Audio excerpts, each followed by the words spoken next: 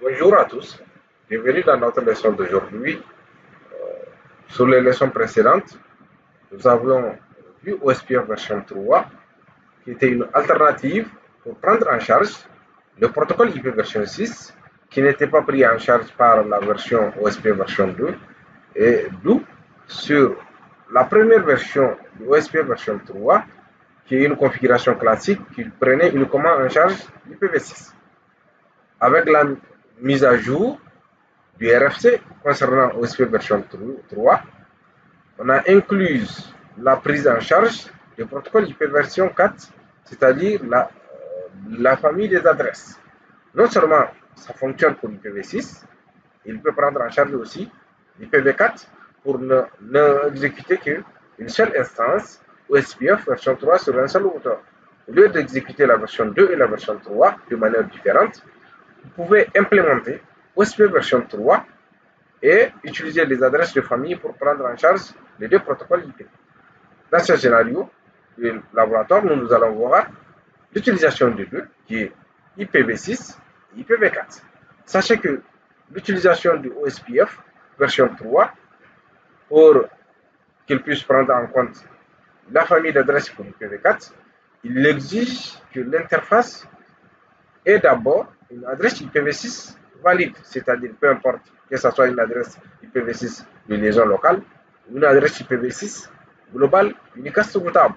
L'essentiel qu'il puisse avoir une adresse IPv6 valide pour que la prise en charge du protocole IP version 4 dans l'OSPF version 3.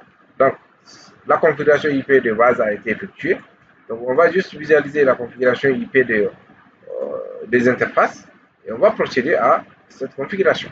Donc, show IP, donc on va vérifier la configuration IPv4, show IP, interface, brief.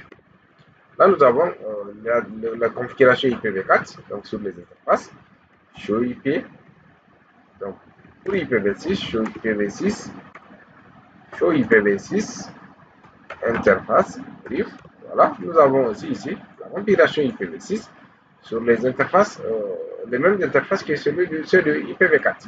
Sur R2, pareil, show IP, interface, brief. Nous avons la configuration IPv4, show IP, show IPv6, interface, brief. Voilà, nous avons la configuration IPv6 également. L'interface qui pointe vers R1, vers R2, l'interface de bouclage. Donc, on va voir sur R3 aussi la configuration pour valider.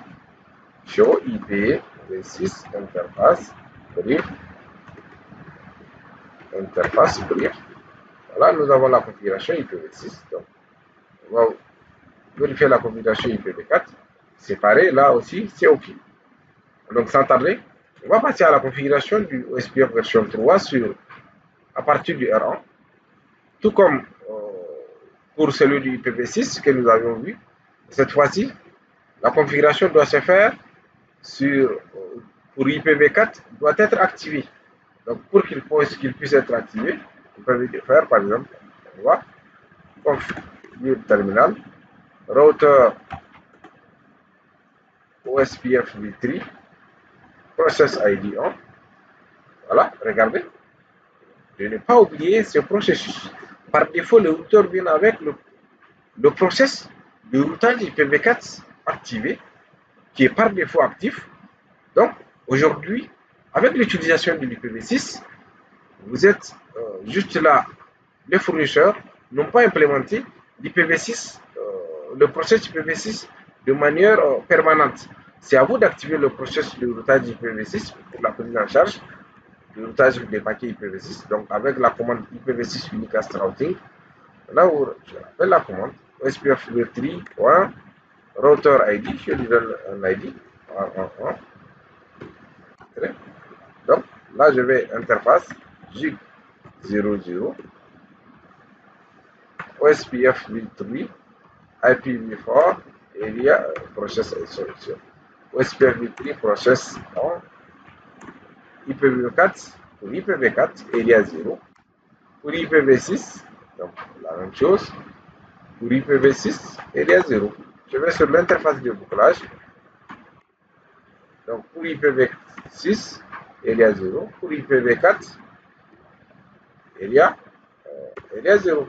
Là, nous avons fini avec celui du R1. On peut faire show IP v6 protocole. Voilà. Nous avons le protocole ND. On voit que le protocole est ND. Voilà, OSPF process ID 1, router ID, area ID.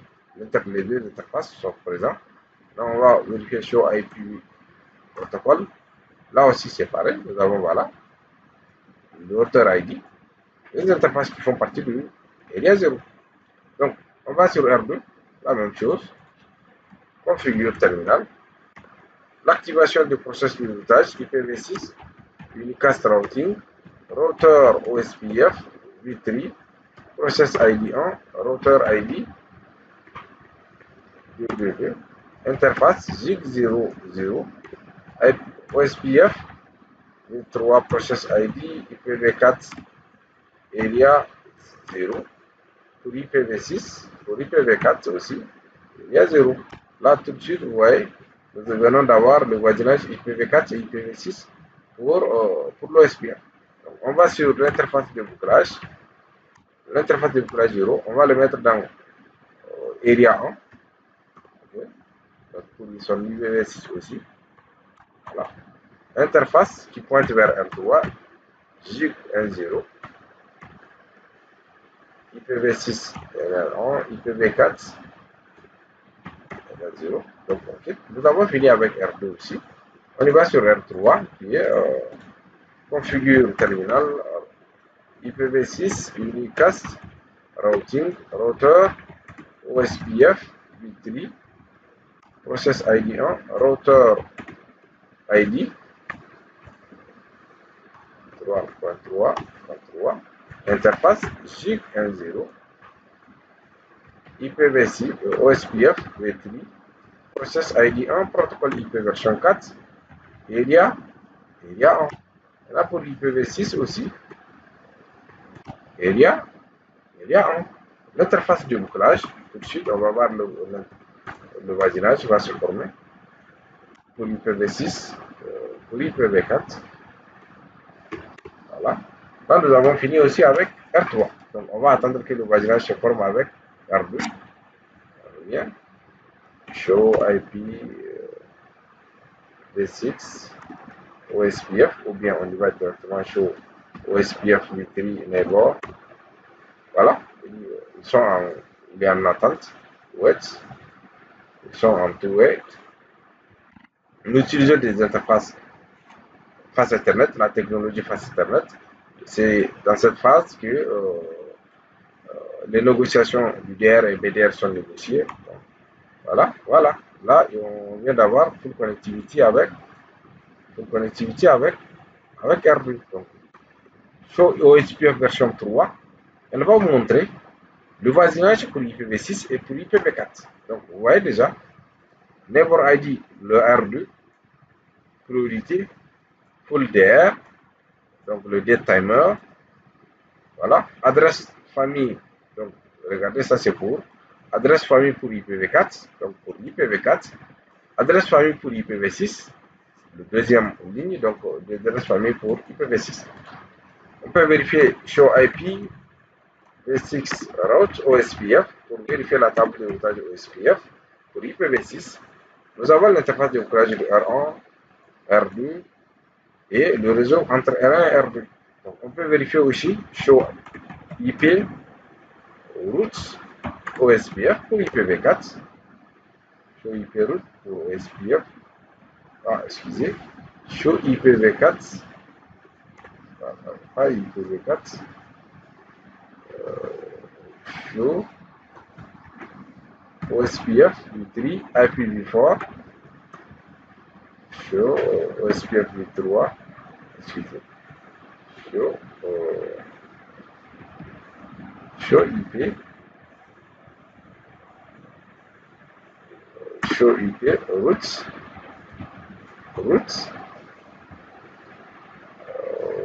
Show IP routes pour IPv4.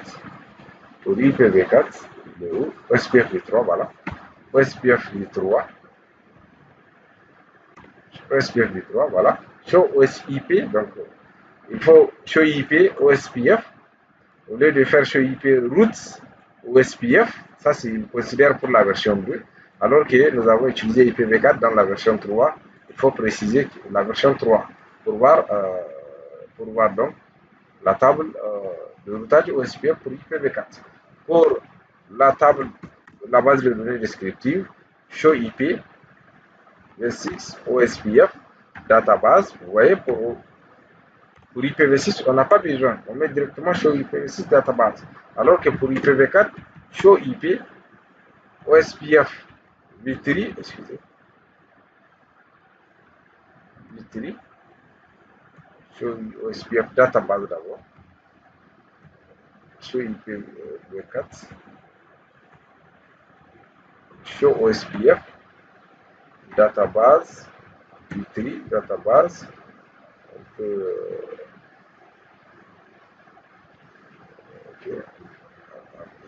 on va essayer avec. S'il prend un show OSPF, s'il prend en charge la base de données pour OSPF, show IP database, OSPF database, ouais. Il ne prend pas en charge, dommage. Donc il nous faut show OSPF v3, version 3, voilà. IPv4, IPv4, database, voilà. Là, nous avons pour IP version 4. Donc, vous pouvez visualiser cela. Voilà. Show OSPF version 3 IPv4, database, le routeur adresse famille pour IPv4, on est routeur ID R3. Ça, c'est routeur LSA qui est généré par l'interface JIC01 de R3, l'interface JIC01 de R2 pour annoncer les métriques de chacun.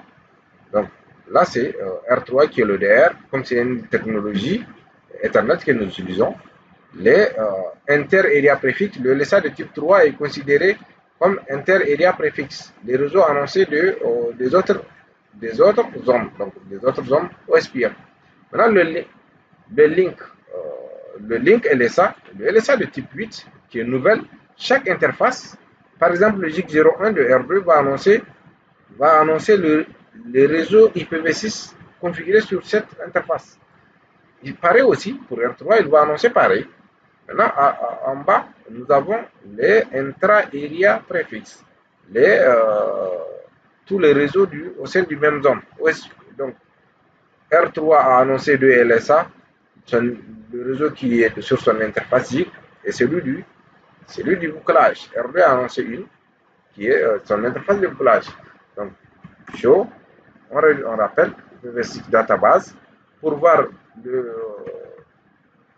LSA de type 8, link, entrée, regardez, R3 a annoncé, voilà, voilà le réseau, 192, il a donc link local ID, ça c'est pour R2, excusez, R2 a annoncé son adresse de giga 01, voilà, R3 aussi, R3 a annoncé la même chose, son interface de face, c'est un IPv6, si je reprends en remplaçant le protocole IP version 6, ça sera la même chose qui sera annoncée. Donc, on peut faire pour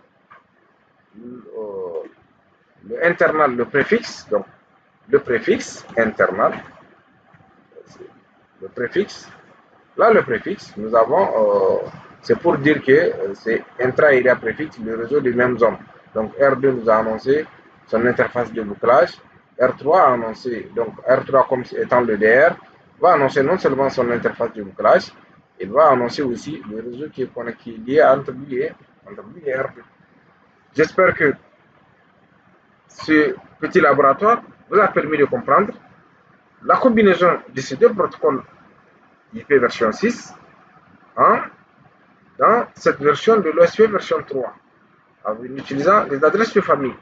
Et les mêmes commandes utilisées pour la version 3 IPv6, vous inversez juste la version du protocole IP pour pouvoir diagnostiquer pour pouvoir vérifier les commandes de vérification et les commandes de débogage.